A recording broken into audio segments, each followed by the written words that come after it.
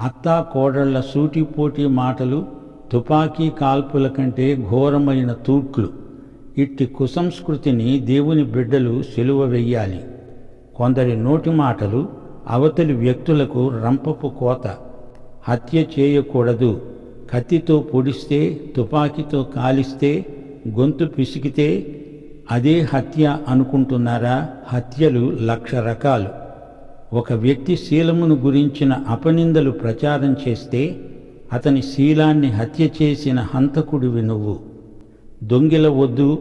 నీవు అవతలి వ్యక్తిని ప్రేమిస్తే అతని వస్తువులను ఎలా దొంగిలించగలవు? దొంగతనం పొరుగువానికి కీడు చేయటమే.